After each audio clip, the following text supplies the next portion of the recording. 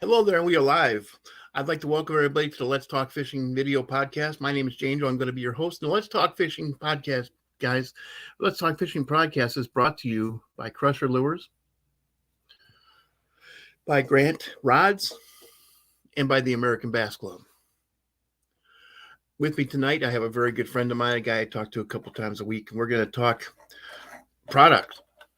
So, we're going to talk a lot of different products, a lot of different ideas of places you can get, that last minute purchase in for the bass fisherman in your life. And guys, I know most of my video viewing audience is, excuse me, drank way too much soda today. Most of my viewing audience is bass fishermen. So, stick around. We're going to show you some really cool products. So, Rob, how you been, man? Hey, doing good, Jay. How's everybody out there? Hope everybody's doing well and ready for the holiday. Well, it's not snowing down here in southern Louisiana, but up there in Kentucky? Not yet, but it's coming next week, they say, so we'll see. I was just talking to David Swinside, and he's on his way to Kentucky to drop off his old Allison. Oh, heck, yeah. Man, his old Allison. That's funny, huh? Yeah, I live probably a mile from the Allison plant, and the Allison family's owned that forever. Man, there's some good folks. Yeah, but he said it took him like 9 hours just to get out of Oregon because of all the snow. So. Oh, geez. And I know up there in Illinois, they're snowed in right now. Yep. So, I pray you guys up there get some, I pray everybody's safe up there. And, down here, I pray all of the tornado victims get some relief and they get a quick response to their disaster that they had down here in southern Louisiana, over towards New Orleans, specifically in Marrero and other communities like that were affected by the tornadoes down here. And also, this is going to be the last podcast before Christmas. And guys, here at the Let's Talk Fishing podcast, I am not afraid to say this, Merry Christmas. And let's not forget that Jesus is the reason for this season. Definitely. And I know Rob's a Christian too, so I am not afraid to say that. I'm just not. So, okay, enough preaching. Let's talk fishing. All right. Rob, you got some things you want to show us? What's going on with Vector now? I just talked to JB Wiggins. What a great guy. We had a great talk, probably 2-3 days ago. He said he's starting his sports show season, which goes for about 6 months, because he was talking, the last one that he mentioned was the ICAST. I'm like, the ICAST is coming back up again already? Where has the year gone? He's like, no, Jay, the ICAST is months down the road. Yeah. It scared me, man. I thought I lost like 3 months. And yeah, I'm in Columbus, Ohio. I'm gonna try to make it up there. I think I got a tournament that weekend, but and I know he's gonna be at the Bassmaster Classic in Knoxville, Tennessee. I'll definitely be there. So we have a booth there. We have the last few years. I mean, it's always a blast, and see everybody, see all the new products coming out. It's a good show. So y'all come out and see it. Yeah, that's always fun. I bet the fun part for you is just seeing people you don't see for the entire year. Yeah. Like I think was it last year in Texas? We were sitting there early, I think one Sunday morning, and we're setting up, and then here walks Jimmy Houston and Johnny Morris. And spent time with them, talked with them, shook their hands, got pictures. Great guys. So it's amazing who you'll see kind of just walking in the crowd there. That is, that's cool. Wow. What a great thing. Yep. And I saw my old fishing buddy, Clay Dyer. Talked to him. Way. Clay. He's just happiest guy in the whole world, man. I mean, he's amazing. Yeah, a poem comes to mind every time I think of Clay Dyer. God, Lord, forgive me when I whine. Yep, yeah. I have 2 legs and the world is mine. And when I fish with him, it's amazing. All his rod covers, he's got saying, if I can do it, you can. And he's got it on all his rod covers. And man, it was amazing. Just watch him for a day. It was a blessing. At my work, they were talking about a guy who had 1 arm and all the things he could do. And I said, here's Clay. Here's a picture of Clay Dyer. He's a professional. He fishes the Bassmaster Opens. Yeah, I mean, it's amazing. He makes his living. Well, he makes his living actually speaking, but he makes a good amount of his money because of his Bassmaster Opens. Yeah, no, I mean, I guarantee you that little guy has to work about 10 times harder than anybody else on the lake. I guarantee you. It's the. And I told him, my buddy Rob said, man, he can cast everybody as well as Rob can. Oh, he's casting better than I am. I was taking lessons, man. He was throwing a little square bill out. And I was like, man, that dude casts better than I do. You told me he was skipping underneath the docks. Yeah, I mean, he's doing everything, man. It was amazing. I was like, man, I got to go home and practice my casting. That's for dang sure. And you cannot skip underneath the docks without practice. That's just, yeah. And you have to keep doing that, because I used to be able to do that way back, 15 years ago. Now, yeah, I'm lucky if I can skip it twice. Yeah, I tell you, you're going to learn, get ready to do a lot of backlashing and just start off with mono. It's a little easier on mono line since it floats. So start off with mono, and once you get used to it, then you switch to fluoro. But it takes a lot of patience. I'll put it that way. Well, why don't you show us what's new at Vector Hooks? All righty. I know we got some stuff coming down the line. I can't say yet, but sure. Oh, classics. What I got, one of my go-tos. Of course, you got the tornado trebles there. Okay, guys. Now, what those are? They're treble hooks. Can you take one out? Yep. They have a little extra bend to them, and these things are they're so. You got to be careful with Vector hooks, because if you're not careful with them, they're going to end up embedded, not just in your skin, but embedded in your skin. And see if I can get a good. You got a little bit of tweak to them there. You can see. Okay, why don't you rotate them? Yeah, there we go. Let's see. Let me get a white something here. Maybe help it out a little bit. There we go. It's kind of weird on the camera there. I always go the wrong way.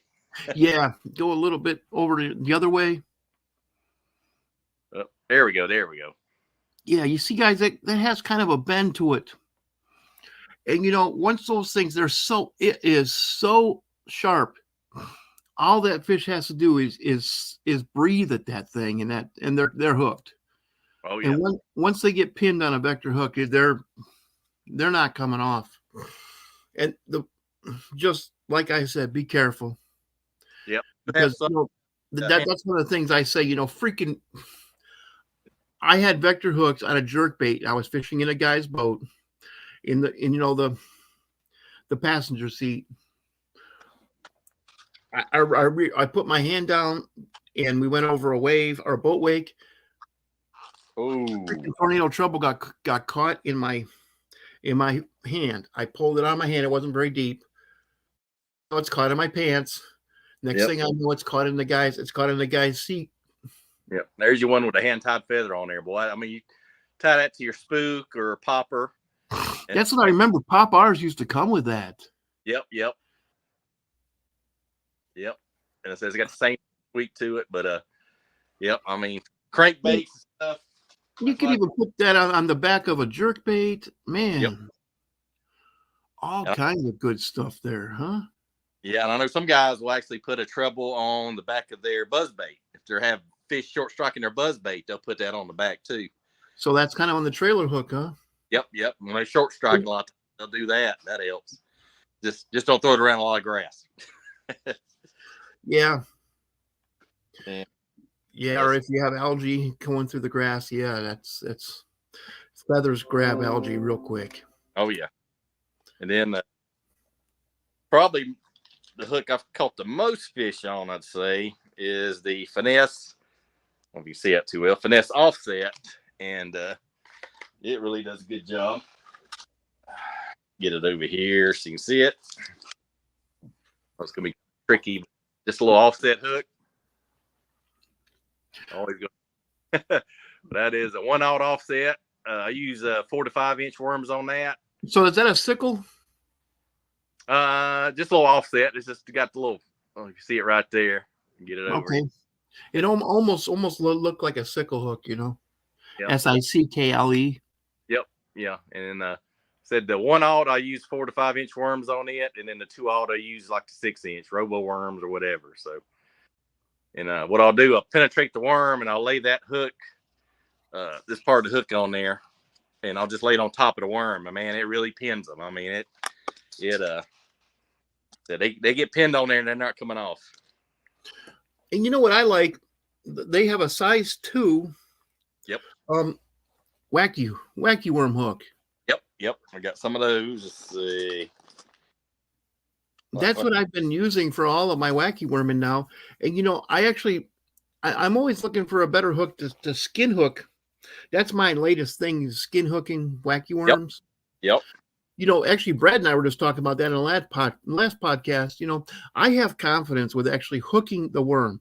I don't use the O-rings. Yep.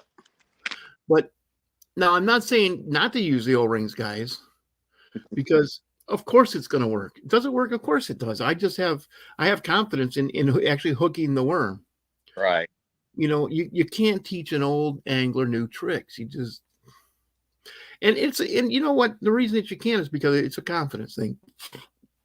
I know I have over 10,000 fish caught bass. Yep.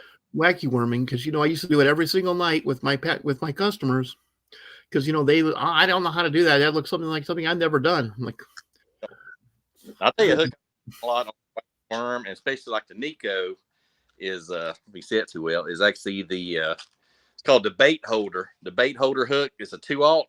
You mean my life, like the old bait holders that we used to use with the bait keepers on the back? Yep, exactly. Just straight hook with a bait keeper. Yep. On the back.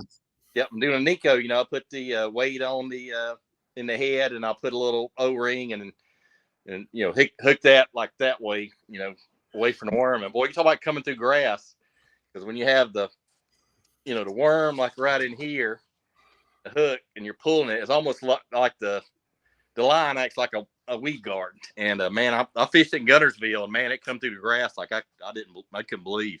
And for you walleye guys, guys who use a lot of live bait, man, stuff like leeches and night crawlers, that if you're going to thread those on the hook, the bait keeper actually does exactly what it says. It's a bait keeper, and it'll not let that worm slide up your line. Like I've had worms slide up my line. I've also had leeches slide up, particularly leeches. Leeches can be jerks on the hook, man. Oh yeah, definitely. But like I say, you got a couple of barbs too on the back side. You got some barbs. That's the bait keeper I was talking about. Got some barb keepers. Those barbs, yeah. Bait and you hook your bait on there, so works real well. Well, that's a good idea. I mean, that's an old idea that's kind of gone by the wayside since people. Live bait fishing has kind of become marginalized, but it still accounts for, boy, at least a lot of my walleye. And you cannot beat, if you really want to whack a big smallmouth bass, they're going to inhale a leech. So basically, when you have, I don't have an O-ring on this, but you can see, get in front of here. I know a lot of people have already seen it, but people have. So you put your, your line's going to go out here, but it's going to act like a weed guard. So I said your line goes out here, and when you pull it through the grass, that longer shank, I think, does real well on. That's interesting the way you have that hooked. Show the people that again. Yep. That's just like if you were skin hooking it, just like Derek Hudnall talked about. Yep. I said usually on the bigger worms, I'll have a. There you go. I said I'll usually have an O-ring there, and I'll kind of tuck it up and under the O-ring, and just kind of pull it. Yep. Sure. Actually, this little worm here is that Zoom beatdown. I've done pretty good wacky rigging it. Like just a regular wacky rig, it works real well. It has good action. So sometimes that little bit of finesse, and it's got a good wiggle to it. That works pretty good. For sure. But yep. And I said we got some more stuff coming through Crusher down the line. Crusher, okay. Vector hooks coming through first year. We're gonna have some more stuff dropping and releasing. It's coming soon. So can't mention it just yet, but y'all stay tuned, and soon it does, I'll let you guys know for sure. So what's going on at Crusher? Crusher, man, they just come out with a spinner bait. Jamie Hartman out with a spinner bait. It's real good. I ain't got one yet, but it's on the wish list, so maybe Santa bring me one. Of course, my old favorite from our old friend, Mr. Cajun Baby, Cliff Crochet. That is the Cajun Baby, this finesse spinner bait. Is that the petite one? Yep, that's a petite one. Man, And the old standard has caught thousands upon thousands of bass, the white spinnerbait. Yep, with the gold blade. Lake chartreuse. Some of the clear lakes up here, they got kind of a shad, kind of a crystal shad. And another tip for you guys, I always like the little willow. If you got clear water, use the willows and a little clear skirt. So I've tried that and had pretty good luck with it. So works pretty good. Of course, my all-time favorite is the finesse heavy finesse jig, 1/2 ounce, black and blue. That put you a little plastic on the back, and man, that'll catch him right there. But that was one of the original lures, and man, it's still one of their I'll say one of their top sellers. But that little and what I like about it, you got I don't know if you see it through the package there, but it's got a line tie, kind of it goes in the head a little bit, so it protects your knot. So comes through grass and everything real good. They do have a actual grass assassin jig. It's got the you see it real well there, but it's got the line tie in the front right there. So I know it's kind of weird on the camera, but yeah, you can see the line tie right there, and yep, and that really comes through grass good. So that worked on Gunnersville for me this year for sure. And of course, you got the one of my old favorites. They kind of re-release. I don't know if a lot of guys use the Carolina. Is the old Cajun weight, and that really slides through the grass and rocks real well. And you got a couple little eyelets right there it goes through, but man, that thing just you see the front of it, man. It just comes through the rock. So you put it through the front eyelet, then there's another eyelet too? Yep. You got 2 eyelets right there. If you can see it real well there. So there's one on the weight. Yep. There's one on the middle of the weight right here. Right there. So you run it through both of those, then you have a bead? Yep. Yeah, you can use a bead or you don't. I always use a bead if it's me, and then I'll run maybe 18, 24-inch leader. And then a lot of times, a lot of guys do it. I do old school. So I go fluorocarbon to the swivel. And actually, their kit comes with the swivel and beads and everything. Comes everything but the hook and the bait. But yeah, I'll run a 16, 24-inch leader, and I would run it actually mono, because mono kind of floats, is kind of neutral. So I think that helps keep the bait kind of up a little more. So and a lot of times I'll use a brush hog or whatever I got that day. And that's crusherlures.com, guys. Yep. And that's the Cajun weight. And I think it's 3/4, 1 ounce, I think 1/2 ounce, 3/4, 1 ounce. So they got several different sizes. But another thing I do is a lot of guys go to tungsten weight. This is lead. And one advantage over lead over tungsten, especially up here, you get a bunch of rocks. If you get it in a rock crevice or you get it kind of wedged in there, the lead will kind of give way. It's a little softer, so it'll actually pop out, give way. And the tungsten being harder, it won't. It'll stay there. So that softer lead will get you unhung a lot of times. So it works pretty good. But yeah, that's become my go-to on my Carolina rigs. Okay, so you use that for Carolina rigging. Yeah, that makes sense. Yep. So if you're a co, man, and you're having trouble getting a bite, or you fishing behind a pro, man, throw that Carolina rig out the back of the boat and just drag it along, man. A lizard or brush hog or whatever you got. So particularly if he's fishing docks, there's always going to be something outside the docks, particularly if he's hitting them really hard, those fish might be running for cover. Yeah, or if he's like fishing against the bank, a lot of guys, they're doing 45-degree casts to the bank with a crankbait or whatever. And I know that throws a lot of coes off, but hey, don't panic. Throw a Carolina rig out the back or a drop shot at the back, man. I've caught fish behind guys doing that all the time, man. So don't panic if he's against the bank and you ain't got nowhere to throw. Hey, just drop it behind the boat, drag it. Just drag you the Carolina rig or the drop shot. So save your day. A lot of times it has mine. Okay. Yep. That sounds good, Rob. Yep. Let's see, a couple more little tips. Being married to a teacher, just retired, so I get a bunch of these file kind of boxes, and actually kind of worked out neat. It's like a 8.5. What I did is it works perfect for doing your Kitex. So I can do 2 rows of Kitex side by side. I don't know if it shows up real well there, but man, it fit in there real good. So I'm trying to organize and get every kind of, as you see, man, them Kitex, they fit in there perfect side by side. I mean, it's just the right size. So if you're married to a teacher, or got some of these, man, for Kitex. So I'm trying to get reorganized for the coming seasons. Little stuff like that, man, helps for sure. Then as soon as you get reorganized, yeah, you take it in the water one time, and then I go one tournament, come home, and boof, it drives my wife nuts. But it is what it is.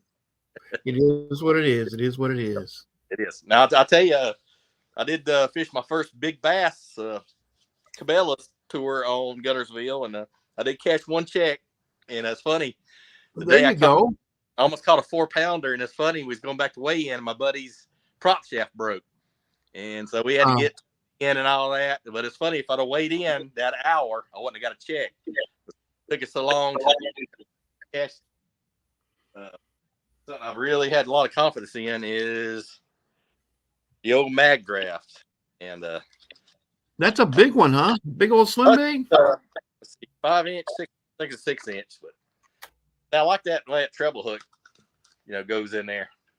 You can either have it. It's got a little magnet in there, so it either like hooks on to the magnet like that, or you can actually kind of just hook it in there. So it's got 2 different ways you can put the hook, like that, or so. But man, it really catches them when they get that hook and that thing swings out like that. That treble hook, it's got the little swivel, so they can't twist it off. So that's whoever designed that, man, was pretty sweet. But yeah, catch me a check on that. This one is Gizzard Chad, 6-inch Gizzard Chad. Who makes that? That is Mega Bass, Mag Draft. Mega Bass. Okay, Mega Bass. Okay. Yep. And I said I was kind of slowed the game, but I fished with a young guy at Dale Hollow first of last year, and man, he was skipping that thing, and they had a good day with it. I was impressed. And I said another thing I'm gonna definitely fish. Of course, on your podcast, actually, one is the little Duo Realis spin bait.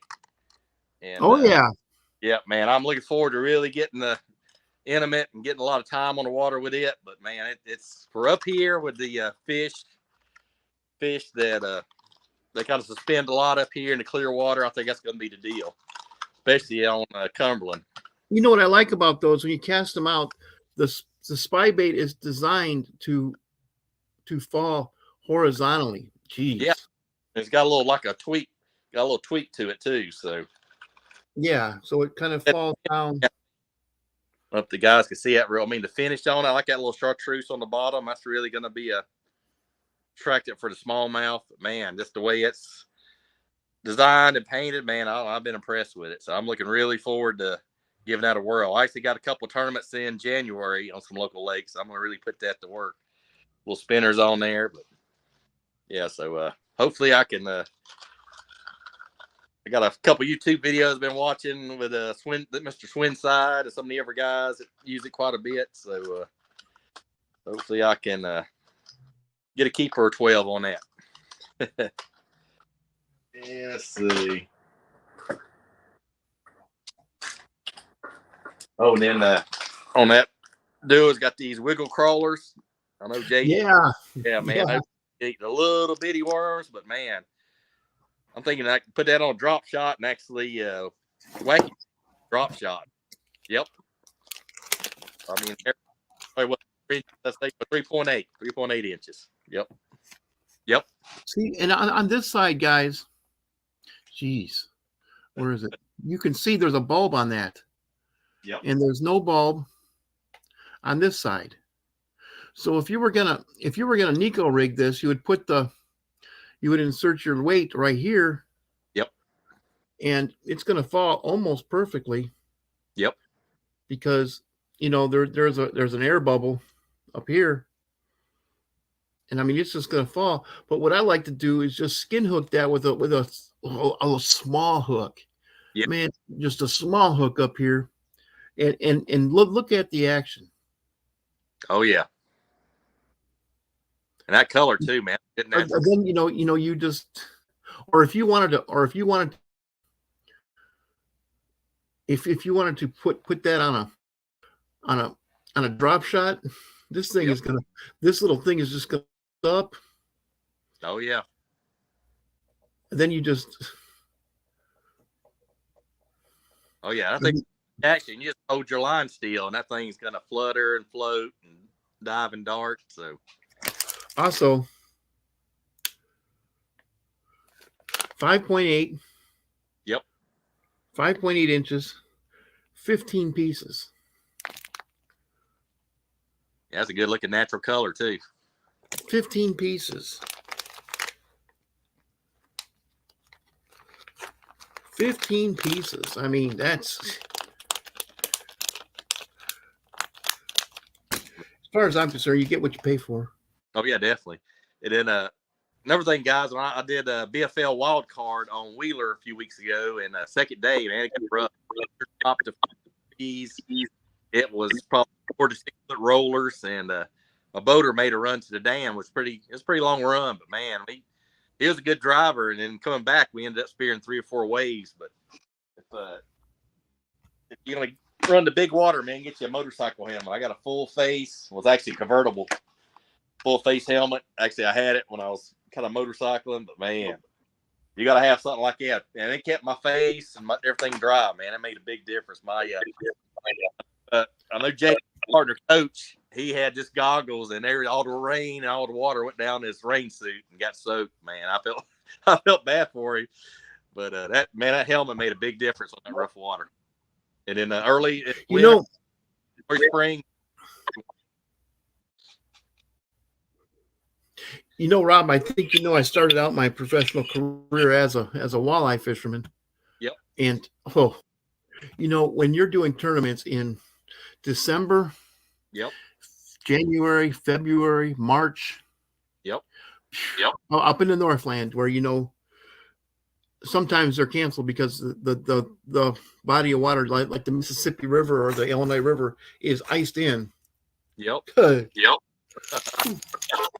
I mean, up here in Kentucky, Tennessee, February and March, tournaments, but man, put the ball on and on. I mean, boy, you talk about comfortable.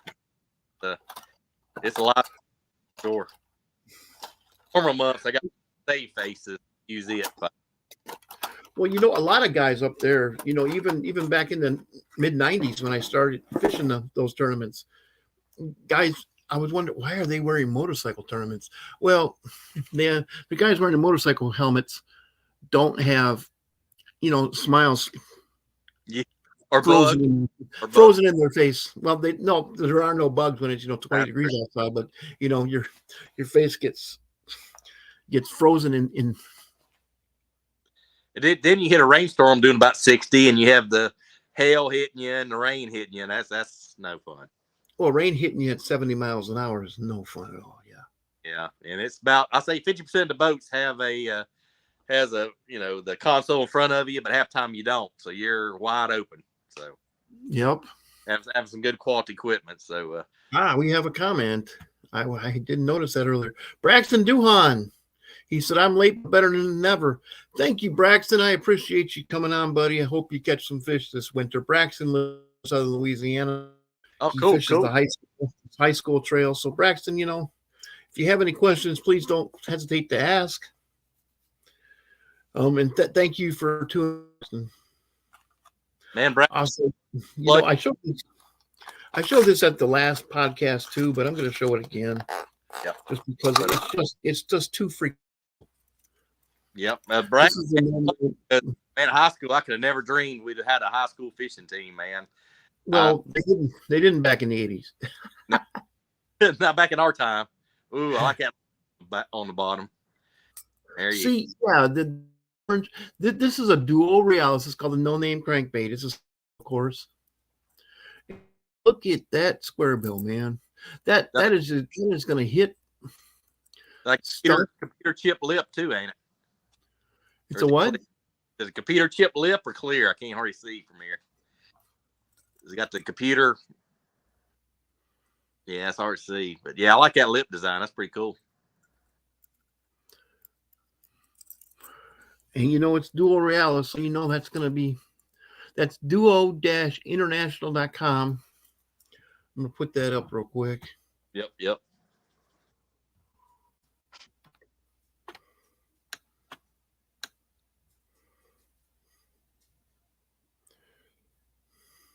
I know a lot of co-anglers tune in the show, and I kind of learned a few things being a co and fishing with guys, like using a live scope. A lot of times, man, just drop a drop shot behind the boat or drop a drop shot because, man, I mean, you're not going to pro, but man, just drop a drop shot down, just straight down, or even a Nico rig. If you're kind of up shallow, I like fishing a Nico rig, especially in grass. So, man, if the boaters do the live scope thing, man, don't panic. Just go. If they're running real fast, guys, and you can still wacky rig, man. Yep. As soon as that weightless wacky rig hits it hits. So it's not like you're throwing a 1 inch or a 1 ounce jig. And go thunk. No, you're throwing a little weightless. Just bounce that off a tree or bounce that underneath the whatever he's fishing, like docks or boathouses or anything, or up damn near on the bank if he's fishing a riprap shoreline. Pull it out a little bit, let it sink. The bass know it's there. They have that lateral line. They can sense it moving, even if it's moving just a little bit of water. They can sense it moving. You don't need because something that targets the middle of that just goes down really slowly. Yep. You don't need more than about 5 seconds of that in the water before the bass. I've seen bass turn around and just come at it like a freight train. Oh yeah, especially on bed and close to bed season. That's a deadly technique. And down here where I live, you're close to bed season. Yep. It's going to get really cold next week, and I'm fishing an event on Sunday, and it's going to be in the 20s, and that's unheard of down here. Yep. It doesn't get that cold maybe 2-3 days a year. And the fish are going to be in shock. So, just like we've discussed before, Rob, you bring one fish to the scales, you got a chance to take it home and check. I've done that on the Ohio River a couple times.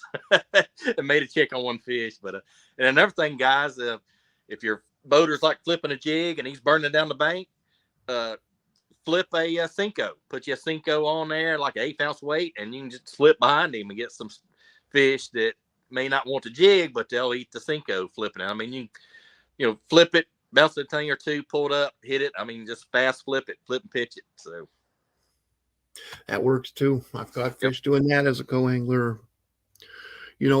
Actually, when my co-anglers up on La Crosse were frogging out in the middle of nowhere, just. Geez, anybody's been to La Crosse has been there. You got 1,000 acres of duckweed. Oh yeah, with the coontails 3 feet below it. Man, I thought the first tournament I thought I had to throw exactly what he was throwing.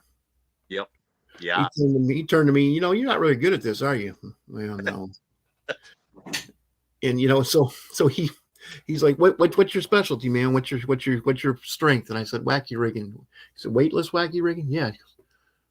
Dude, think about what you're doing. You got duckweed.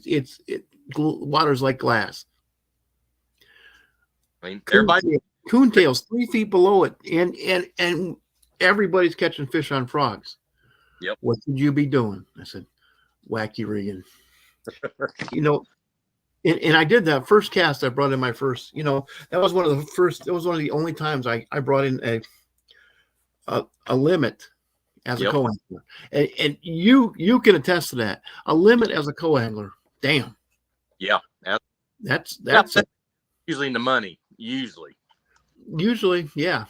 I wasn't at that tournament, but that's some good points there for co-angling if you can bring in a limit. Yeah, a pound and a half a piece. Yep. I don't know care where you're at.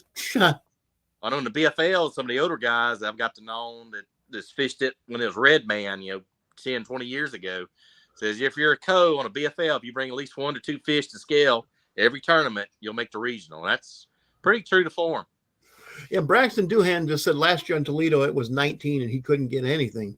Well, Braxton, slow it down. Yep. When it's that cold, man, I just slow it down. Rob will probably tell you this too. Get you a Carolina rig with a big old Yep. with a 10, 12-inch ribbon tail. Yep. Just barely, or a straight worm, or just barely move it, man. Yeah. But you got to be. I wouldn't do that unless I saw fish. Yeah, it's cold like that. Use my go-tos. I'll do drop shot and I'll do a jerk bait. But you'll do your jerk bait, just jerk, and I mean let it pause from 10 to 30 seconds. I mean, you got to do a long pause between it, but they'll tell you how they like it. But you kind of got to experiment. But yeah, throw that jerk bait, man. It gets like that. Now I always preach that, and so did you, Rob. But then Hank Cherry proved us wrong. I know. Yeah, sometimes classic in horrible conditions, and he's going. Yep. And obviously, he caught more fish than everybody else. Yep. I say you got to try a little bit of everything. They'll quick that you're doing what they like. And Hank Cherry too is old school. He wasn't sitting there with his live scope looking for fish. No. In fact, I heard Hank Cherry will turn his electronics off before he starts targeting an area. Well, that was it last year before last, that fighter, Bassmaster, he said he fished 5 foot, never used a live scope. So yeah, how many days do you have on the water without using live scope? Thousands? Yeah, but yeah. Pretty much all of them, unless my boater's got one going. Yeah. Yeah, well, but that's my point exactly. We all fish live scope for decades. Yep. And just like anything else, a lot of times we caught them, and sometimes we didn't. It's just another tool. I mean, sometimes I know I've seen a difference in tournament. Next tournament, it may or may not. I mean, but it's a tool. It's a tool like everything else. Just got to know when to use it. And I said sometimes it helps you, sometimes it don't. But it does make a difference at times. Yep. Talking about flipping and pitching, I want to mention too. I don't know if you guys have seen it. The Vector Mayhem flipping hook. Now, why don't you tell them? Now, guys, it's called the Mayhem, Mayhem flipping hook. Yep. It also has a bait keeper on it. Yep. There you go. You see that keeper right there. Yep. And now what Jeremy told me to do is to tie that with a snell knot. Yep. Yep. And it has like what they call a cam action. So when the fish bites it, what it does, it'll kick up. So to kick up in his mouth. So it'll, I'm trying not to get so it'll actually kick up like that in his mouth. And that snail, it'll actually turn that hook up like that. So you got a better chance of hooking it in the mouth or in the roof there. So guys, if you don't know how to tie a snell hook, that's what YouTube's for. But once you do it once or twice, it's pretty easy. Well, I'm kind of not challenged. You're like me. My vision ain't as good as it used to be. But my vision isn't that good, and even when I was 19 years old, I was not challenged. I mean, I just could not tie knots. Yep. And, working offshore, they tried to get me to tie knots, and Boy Scouts, they tried to get me to tie knots, and basic training, they tried to get me to tie knots. Oh my God, just give up. Boaters training, when I got my captain's license, I got to tie knots. Yep. So I had to do what I did in math class in college. I learned it for the exam. Then it's gone. It's gone. Practice. No, it's gone. Yep. Practice. Then it's gone. So I don't know the time I couple of knots, and I somehow made it to this ripe old age of 54. I turned 54, so I'm right with you, man. So you're right with me, Rob. You're right with me. So hey, Rob, do you have any shout outs you'd like to do? Yeah, sure. Of course, Vector hooks. Like I said, look for us at some sporting shows coming up. Definitely, I'll be at Columbus, Ohio, hopefully, and definitely at the Bassmaster Classic Knoxville. I think it's in March. Definitely be there. Sorry about that. You good, man? VectorHooks.com. You guys check them out. They got almost every hook you need: live bait, saltwater, freshwater.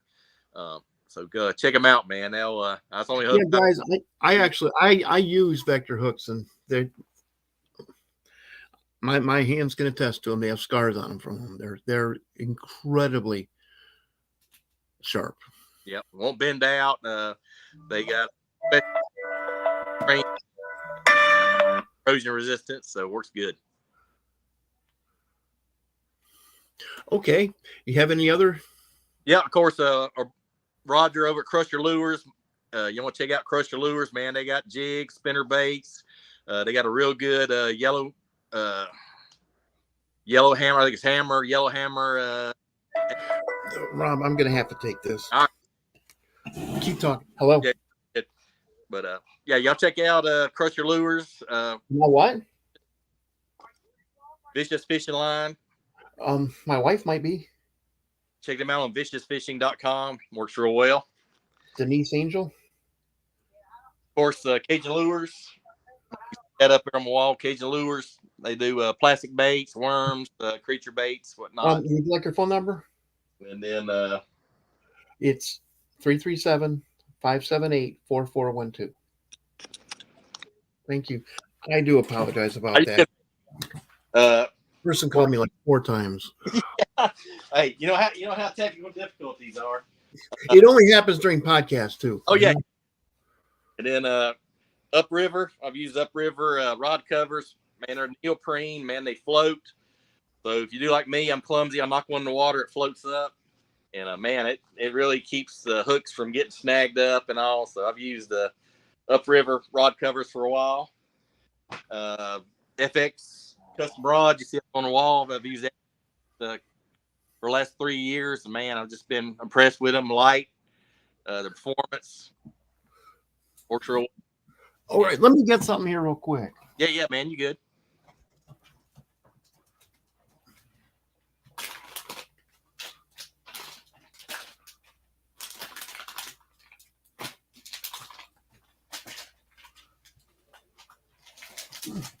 If Rob's going to talk about Cajun lures. Yep. Since you wanted to talk about Cajun lures, and since we got so rudely interrupted. Yeah.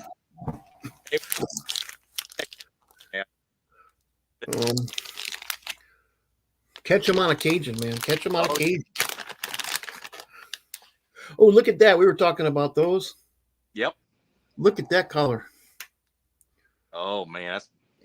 That's a Pat Holm Jr. Yep. Love that flake, man. Blue black flake. That is cool. Let's give Zach Dubois some love here, man. Oh. The weatherman. Something else that I like. Look at that. Oh, yeah. Man, I catch them freshwater and saltwater right there. Oh, yeah.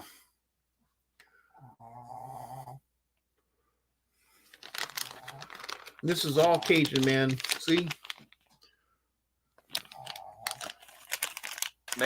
And we're going to show one more thing for Zach. Zach Dubois, good friend of mine. Ooh, look at that. Then I'm going to turn it around.